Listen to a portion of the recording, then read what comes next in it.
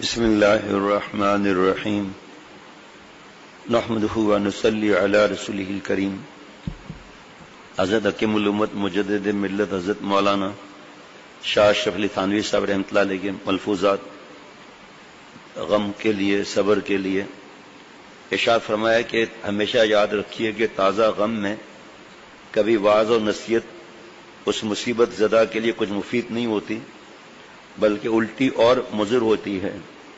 اور وجہ اس کے مضر ہونے کی یہ ہے کہ اس وقت تو نصیحت ہوتی ہے اس بات کی کہ تم اپنے غم کے جذبے کو روکو، اور مصیبت زدہ اس نصیحت کو سن کر کوشش بھی کرتا ہے غم کے روکنے کی، مگر چونکہ اس وقت غم کی شدت ہوتی ہے اس لیے اس کے روکنے سے یہ بات تو ہوتی نہیں کہ غم چلا جائے، بس یہ ہوتا ہے کہ وہ غم دل کا دل ہی میں رہتا ہے، اور زیادہ عرصے تک دل میں اس غم کے رہنے سے اس مصیبت زدہ کے قلب میں گھٹن پیدا ہو جاتی ہے، جس کا نتیجہ یہ ہوتا ہے کہ اس مصیبت زدہ کے اندر مختلف امراض پیدا ہو جاتے ہیں۔ جیسے عام دیکھتے ہیں آپ، رک جاؤ، رو نہیں، اور ہمارے حضرت والا کوئی اس طرح اپنے آپ کو روکتا تھا، فرماتے تھے بھائی رونا منع نہیں ہے، شکایت منع ہے، آنسو بہانا تو جانے والے کا حق ہے، بس شکایت منع ہے۔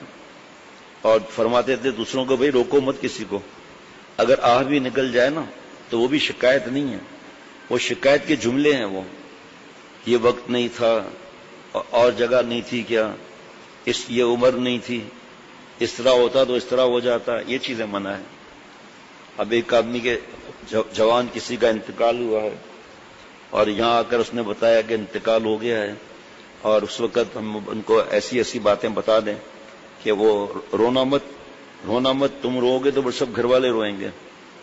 یہ حضرت فرماتے تھے کہ حضرت کے جملے ہیں جن کو یاد ہوگا، پیارے شیخ العرب العجم عارف باللہ حضرت مولانا شاہ محمد اختر صاحب رحمۃ اللہ علیہ، جن کے غلام، جن کے قدموں کی خاک، اور اس وقت حضرت والا کے جملے کیا ہوتے تھے؟ بھائی روکو گے تو گیس جو ہے وہ دل تک چلی جائے گی، اگر یاد ہوگا یہ جملہ تو کتابوں میں بھی لکھا ہوا ہے، اب اس میں تسلیم و رضا میں یا اس میں لکھا ہوا ہے، مقام صدیقین میں لکھا ہے، نیز شدت غم کے وقت نہ تو یہ مناسب ہے کہ اس مصیبت زدہ سے ایسی باتیں کریں کہ جس سے اس کا صدمہ بڑھے کہ ہائے اتنا مال چلا گیا، اتنا نقصان ہو گیا، اور نہ ایسی بات کریں کہ ارے میاں کیوں فکر میں پڑے ہو، اتنا صدمہ کیوں کرتے ہو۔ بس جہاں تک ہو سکے اس بات کی کوشش کریں کہ اس شخص مصیبت زدہ کی طبیعت دوسری طرف مشغول رہے، اس حادثے کی طرف توجہ ہی نہ ہو پائے، اور یہ شبہ اگر مصیبت زدہ کے سامنے اس کے اس نقصان پر کچھ اظہار افسوس نہ کیا جائے تو اس کو یہ شبہ ہوتا ہے کہ اس کو میرے ساتھ ہمدردی نہیں، تو یہ سب وہم ہے۔ البتہ یہ شبہ عدم ہمدردی کا اس پر ہوتا ہے جو اس مصیبت زدہ کا مخالف ہو، اور محبت والے کے متعلق ایسا شبہ نہیں ہوتا۔ ارشاد فرمایا کہ اگر اعتماد بتلانے والے پر اور فہم ہو تو اللہ کا راستہ اس قدر صاف اور آسان ہے کہ 10 منٹ کے اندر سمجھ میں آ سکتا ہے۔ دیر اور مشقت جو کچھ ہے وہ عمل میں ہے، اور وہ بھی رسوخ میں، اور مشقت عین عمل کے وقت ہوتی ہے، مثلا نیند کا غلبہ ہے اور نماز پڑھنی ہے تو اس وقت مشقت ہوتی ہے، لیکن اگر اس کو برداشت کر لیا تو نماز پڑھ کر فوراً ایسی راحت میسر ہوتی ہے کہ سبحان اللہ، ساری مشقت کا بدل ہو جاتا ہے، ساری مشقت کا بدل ہو جاتا ہے۔ ایک اہلکار نے خط لکھا کہ بہت سے وظیفے پڑھے لیکن ترقی کے باوجود اچھے کام ہونے کے نہیں ملتے، ہمیشہ محروم رہتا ہوں، اس یاس اور اضطراب میں جناب کی طرف رجوع کرتا ہوں کہ آخر کیا کروں۔ تحریر فرمایا کہ جس قدر تدبیر امکان میں ہو اس میں تدبیر مع دعا، اور جو اختیار میں نہ ہو اس میں صرف دعا، اور اس کے بعد بھی ناکامی ہو تو صبر، اور یہ سمجھنا کہ اسی میں بہتری ہوگی، اس سے زیادہ میں نہیں جانتا۔ حضرت نے لکھا اس سے زیادہ میں نہیں جانتا۔ سبحان اللہ، واہ۔ ایک شخص نے حضرت علی رضی اللہ عنہ سے مسئلہ جبر و اختیار کا دریافت کیا۔ حضرت علی رضی اللہ عنہ نے فرمایا کہ ایک پیر اٹھا کر کھڑا ہو جا۔ اس نے ایک پیر اٹھا لیا، پھر آپ رضی اللہ عنہ نے فرمایا کہ دوسرا پیر بھی اٹھا لے۔ بھلا دوسرا پیر کس طرح اٹھ سکتا تھا؟ اس نے عرض کیا کہ حضرت دوسرا پیر تو نہیں اٹھ سکتا۔ فرمایا کہ بس یہی کیفیت بندے کی اختیار کی ہے، اتنا تو اختیار ہے، اتنا اختیار نہیں، نہ پورا مختار ہے نہ پورا مجبور. لیکن اس جملے میں بڑا مزہ آ رہا ہے، اس سے زیادہ میں نہیں جانتا. سہلکار کے خط میں چکے جواب میں دے کر فرمایا اس سے زیادہ میں نہیں جانتا. واہ واہ واہ واہ واہ، سبحان اللہ، کس خوبی اور آسانی سے اس نازک مسئلے کو ذہن نشین فرما دیا. حضرات صحابہ رضوان اللہ علیہم مجمعین کے علوم کی یہ حالت تھی. تقدیر کا مسئلہ اس لیے تعلیم کیا گیا ہے کہ مسلمان کو ناکامی پر حسرت نہ ہو اور حسرت میں ہمت نہ گھٹے. تو یہ مسئلہ ہمت بڑھانے کو سکھلایا گیا تھا. اب لوگ الٹا سمجھ گئے کہ کچھ نہ کرو، ہاتھ پاؤں توڑ کر بیٹھ جاؤ. یہ سب کم علمی کی وجہ سے ہے. ارشاد فرمایا حضرت تھانوی رحمۃ اللہ علیہ نے کہ ایک بات میں لاکھوں کی بتاتا ہوں، وہ یہ کہ طبعی غم اور ہے اور کسبی غم اور ہے. اور طبعی غم کی مدت بہت کم ہے، وہ تو خود بخود بہت جلد ظاہر ہو جاتا ہے. ہاں، کسبی غم جو خود سوچ سوچ کر پیدا کیا جاتا ہے اور تذکرہ کر کر کے بڑھایا جاتا ہے، وہ البتہ اشد ہے، مگر اس کا حدوث اور بقا اختیاری ہے. سوچنا موقوف کرو، تذکرہ نہ کرو تو کسبی غم پاس بھی نہ آئے گا. کہا طبعی غم وہ البتہ غیر اختیاری ہے، مگر وہ نہ تحمل سے باہر ہے نہ اس کی مدت زیادہ ہے.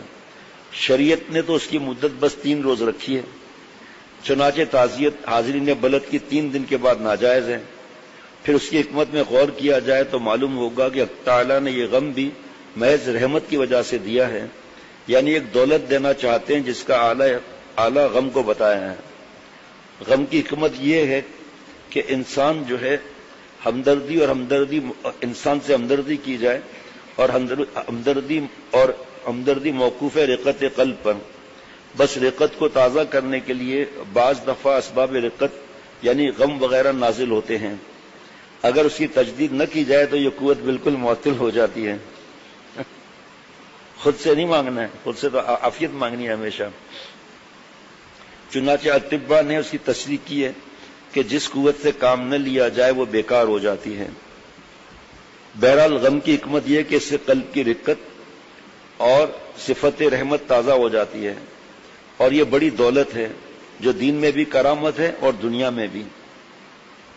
حد سے زیادہ غم کرنا گناہ ہے، حد سے زیادہ غم کرنا گناہ ہے، اور گناہ بھی بے لذت، اور اس کا علاج کرنا واجب ہے. چنانچہ اس آیت میں ما عندکم ینفد وما عند اللہ باق میں ایسے ہی غم کے علاج کا بیان ہے، اور یہ بیان ایک مقدمے پر موقوف ہے. وہ یہ کہ اگر مرغوب شے کے جاتے رہنے سے غم لاحق ہو، مگر کسی ایسی دوسری چیز کا پتہ ہم کو مل جاوے اور اس کے ملنے کا یقین ہو جاوے کہ جو اس مرغوب شے سے 1000 درجہ بڑھی ہوئی ہو، تو پہلی چیز کا غم نہیں ہونا چاہیے. جیسے کسی کے ہاتھ میں ایک پیسہ ہو، آپ لوگ پیسہ کیا سمجھیں گے؟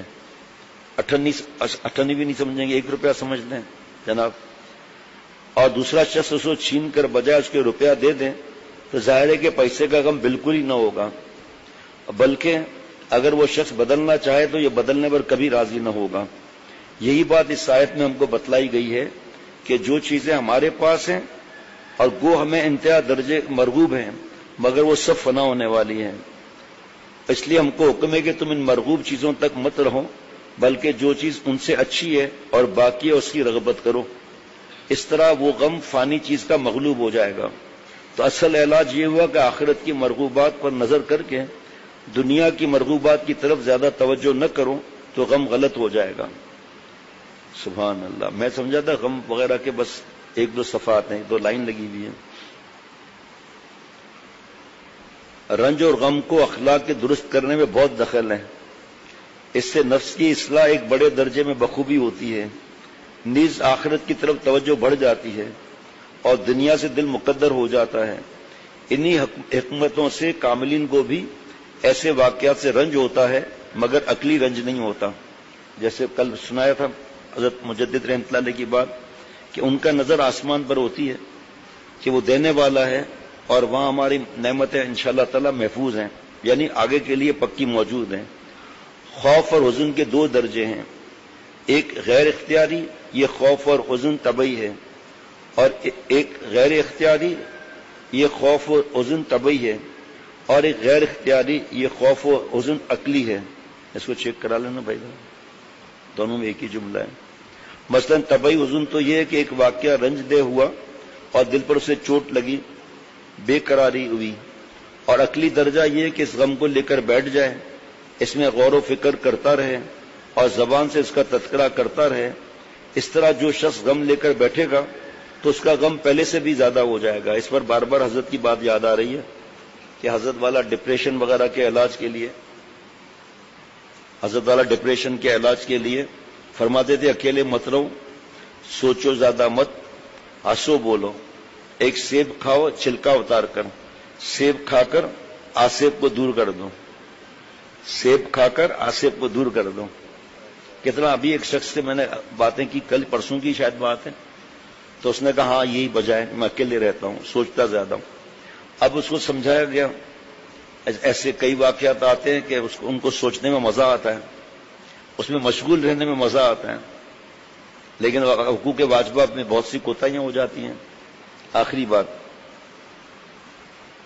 فرمایا خوف کی حقیقت احتمال عذاب، کہ انسان کو اپنے متعلق احتمال ہو کہ شاید مجھے عذاب ہو، اور یہ احتمال مسلمان میں ہر شخص کو ہے، اور یہی مامور بے ہے، اور اس کا بندہ مکلف کیا گیا ہے۔ اس کا نام خوف عقلی ہے۔ وعید کو سن کر دل تھرانا، آنسو کا نکلنا، خوف مامور بے میں داخل نہیں، کیونکہ یہ غیر اختیاری ہے۔ اسی طرح رجا کی حقیقت ہے احتمال نجات، اور ایسا کوئی بھی مسلمان نہیں جس کو اپنے متعلق نجات کا احتمال نہ ہو۔ بس ایسا کوئی مسلمان نہیں جو خوف و رجا کے درجے معبور بے سے خالی ہو۔ ہاں درجات احتمال کیا لکھا بھائی؟ متفاوت ہیں، یعنی کیا مطلب؟ مختلف ہیں احتمال۔ سبحان اللہ۔ ارشاد فرمایا واقعہ غم کا بالکل تذکرہ نہ کرنا اور ضبط میں مبالغہ کرنا بھی تجربے سے مضر ثابت ہوا ہے۔ سب غبار اندر ہی اندر رہنے سے طبیعت گھٹ جاتی ہے اور اس کی قوت تحمل گھٹ جاتی ہے۔ طبیعت گھٹ جاتی ہے اور اس کی قوت تحمل گھٹ جاتی ہے۔ گھٹ اور گھٹ دیکھیے، اس لیے مسئلہ یہ کہ شروع میں گاہ اپنے کسی دیندار ہمدرد سے اعتدال کے ساتھ حدود شریعہ میں رہ کر اس واقع غم کا کسی قدر تذکرہ بھی کر لیا جائے۔ دیندار کی شرط آ رہی ہے، غیبت کی بات نہیں آ رہی۔ اب آج کل غیبت کرتے ہیں، کل دیندار سے میں اپنا بوجھ ہلکا کر رہا ہوں۔ اس کی تائید بھی نص سے ثابت ہوتی ہے کہ حضور اقدس حضرت اقدس آپ صلی اللہ علیہ وسلم اپنے فرزند حضرت ابراہیم رضی اللہ عنہ کی وفات پر بھی روئے، اور یہ فرمایا کہ یہ کوئی کسی نے عرض کیا آپ روتے ہیں؟ نبی صلی اللہ علیہ وسلم فرمایا یہ آنسو شکایت کے آنسو نہیں ہے، جانے والے ایک حق ہے۔ پھر فرمایا کہ اے ابراہیم ہم تمہاری جدائی سے غمگین ہیں لیکن اپنے رب سے راضی ہے۔ ربنا تقبل منا انک انت السمیع العلیم۔ السلام علیکم ورحمۃ اللہ وبرکاتہ۔